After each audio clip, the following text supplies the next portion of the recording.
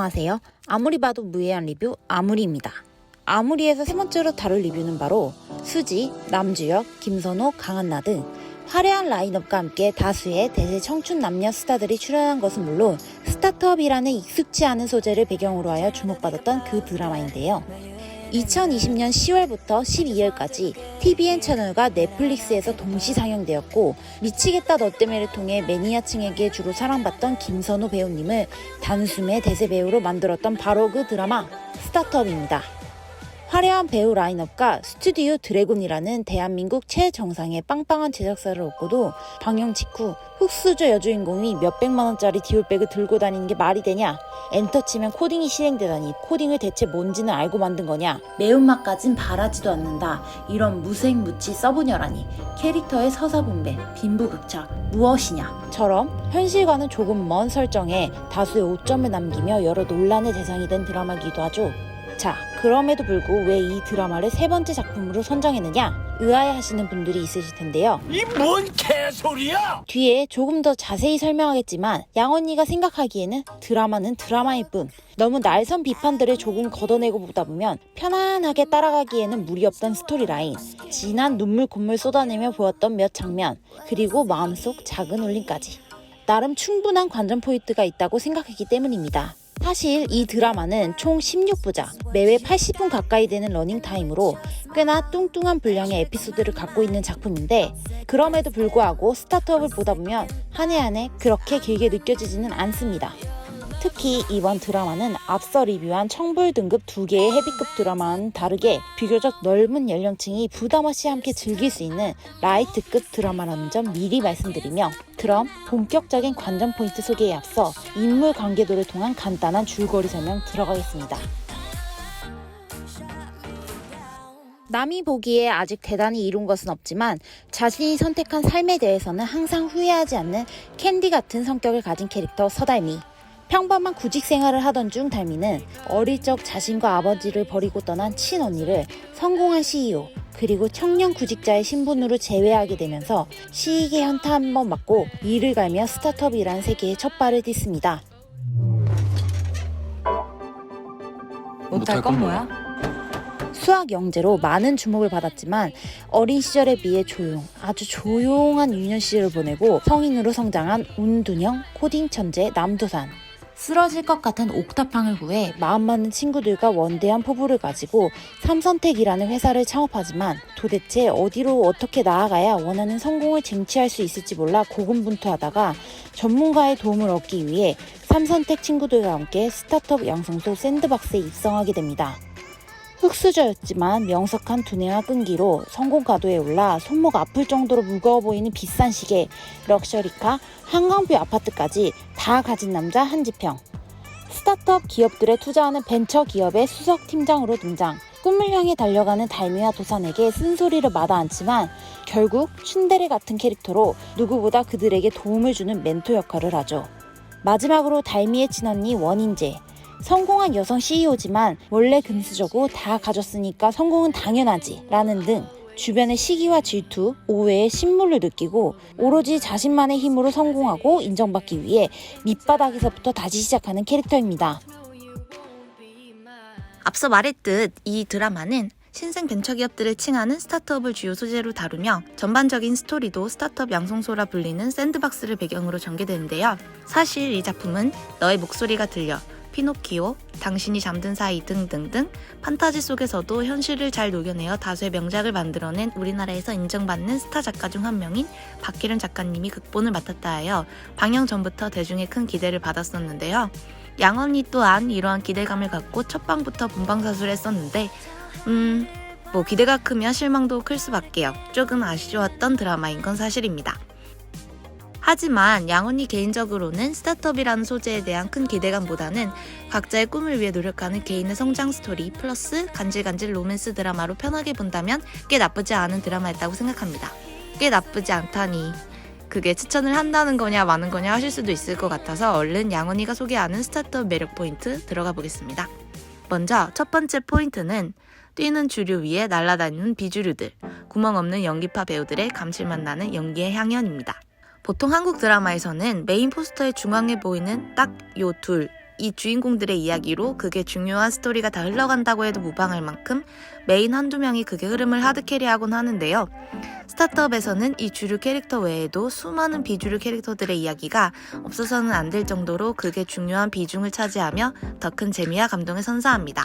그중 언급하고 싶은 첫 번째 캐릭터는 응팔 시리즈 이후 또 한 번의 서브남 반란을 일으키며 남도산파냐 한지평파냐라는 거대한 파갈림을 넘어 남주의 팬덤을 이기는 양상까지 보이는 듯했던 서브남 한지평입니다. 전형적인 키다리 아저씨 캐릭터로 등장, 극 초반부터 달미 할머니와의 비밀스러운 에피소드를 시작으로 캐릭터에 대한 두터운 서사가 뒷받침되면서 한지평이란 인물에 대한 이해도와 애정도를 증가시켜 정말 헤어나올 수 없는 매력의 개쩌는 사기 캐릭터를 완성시키죠. 그리고 한지평 팀장 옆에 껌딱지처럼 등장하는 팀원 박동천과의 티키타카를 보면 말도 안 되는 유머 감각까지 탑재하고 있습니다. 키다리 아저씨인데 잘생기고 능력있고 재미있기까지. 이건 못 참지. 다음은 말 안 하고 넘어가면 너무 서운해. 양언니 마음속 1등 공신, 바로 공돌의 삼형제 남도산, 이철산, 김용산입니다. 셋 다 산자 돌림이라 회사 이름도 삼산택인데요. 특히 주인공 남도산의 베프 철산이와 용산이는 극중 유머러스함 및 코미디를 전담하고 있는 캐릭터지만 단순히 남도산과 아이들이라고 두 캐릭터를 치부하기에는 이철산, 김용산 이 두 캐릭터가 아주 유물입니다. 특히 이 세 명의 캐릭터는 드라마 이전부터 실제 친구였었나 싶을 정도로 끈끈한 우정과 케미를 보여주며 그냥 대놓고 웃기려고 작정한 듯한 대사들을 막 던지는데 사실 앞에 살짝 언급한 한지평과 박돈전의 케미는 이들에 비하면 세 발의 피라고 할 수 있죠. 남도산이가 들어왔단 게요 진짜 뜨개질 허겄다고? 여자가 도산이 니는 쭉 싱글이었냐? 물어보면 아니요 벙글이지라.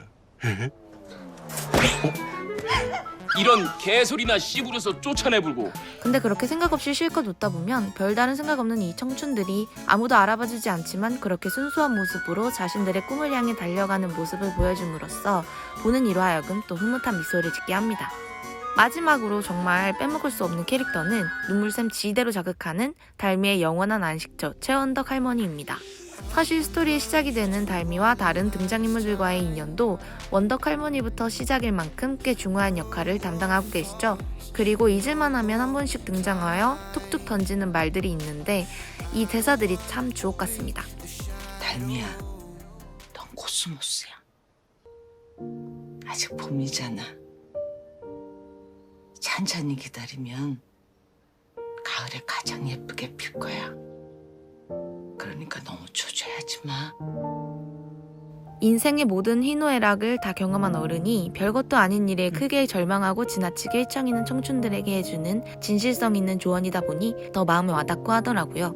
그래서 아무리가 뽑은 스타트업의 두 번째 매력 포인트는 희노애락을 꼼꼼히 담은 아름다운 청춘들의 성장 스토리입니다. 스타트업을 보다 보면 그냥 킬링타임용인 줄 알았던 이 드라마가 의도치 않게 나의 웃음, 울음, 감동, 슬픔을 책임지고 있어 당황스러움을 느끼는 순간이 오는데요. 사실 스타트업의 주인공들이 겪는 과정은 현 시대를 살아가고 있는 대한민국의 젊은이라면 모두 한 번씩 겪는 성장통과 같은 과정이라 그런지 양언니 또한 굉장히 공감하며 보는 장면들이 많았습니다. 보통 사람들이 공감을 하면 그 상황을 더 잘 느끼고 또 이해하게 된다고 하잖아요. 그런 의미에서 저에게 스타트업은 패기 하나로 무장하고 사회에 뛰어들었던 지난 시절에 대한 회상과 동시에 그때는 그거밖에 몰랐기에 절박하리만큼 열정적이었던 나와 매너리즘에 빠진 현재 나의 모습 간의 괴리감을 느끼고 다시금 나를 돌아보게 하는 그런 드라마였습니다. 스타트업, 코딩 등 업계 전반의 현실적인 모습과 동떨어진 배경이 많이 아쉽긴 했지만 성장하는 청춘들의 모습을 스타트업이 성장하는 모습에 비유적으로 엮은 시도는 개인적으로 굉장히 좋았다고 생각합니다. 그래서 양언니는 스타트업을 한마디로 미래가 불투명해서 길이 정해지지 않아서 모든 날이 좋았다 라고 정리하고 싶네요. 특히 이 드라마는 스타트업의 주인공들처럼 고군분투하며 청춘이라는 시기를 보내고 있는 분들께 또는 그 시절이 이미 지났지만 그때의 열정을 다시 한번 느끼고 싶은 분들을 위해 추천드립니다. 최근 서왕리에 종영한 TVN 드라마 마인에서 리즈 갱신을 한 배우 이보영을 비롯해 뜬금없이 출몰하는 역대급 카메오 라인업도 솔찬히 보는 맛을 더해주는 요소 중 하나이며 매회가 끝날 때마다 절대 놓쳐서는 안 되는 영화의 쿠키 영상과도 같은 고퀄 에필로그들 또한 극의 재미를 배가시키는 역할을 솔찬히 해주는데요. 달미, 도산, 지평, 인재 등 극중 캐릭터들의 이름을 실제 지하철 역사명에서 차용한 디테일과 스타트업 용어를 매회 에피소드의 제목으로 구성하고 청춘들의 성장 과정을 하나의 스타트업이 성장하는 과정에 빗대어 그려낸 점 등은 모르고 넘어가기 아쉬운 스타트업의 매력 포인트들이라고 생각합니다. 개인적으로 1회차 아역 부분은 솔직히 좀 지루했고 그 이후 어른 버전부터는 술술 보게 되었다는 팁을 전달드리며 아무리 여러 논란이 있었다 한들 그 기본은 어디 가지 않는다를 증명하듯 박혜련 작가님의 짠 바이브에서 나오는 탄탄한 구성은 분명 보는 맛이 있으니 추천드리면서 그럼 이쯤에서 마무리하고 이번에는 막 시작하는 청춘들의 이야기를 다뤘다면 다음에는 찐 중년들이 사는 진짜 이야기를 담은 드라마를 가져오려 합니다. 혹시 눈치채셨나요? 그럼 양원이는 그 어떠한 리뷰든 스포는 없을 거라는 걸 다시 한번 약속드리며 지금까지 아무리 봐도 무해한 리뷰 아무리였습니다. 구독과 좋아요 눌러주세요.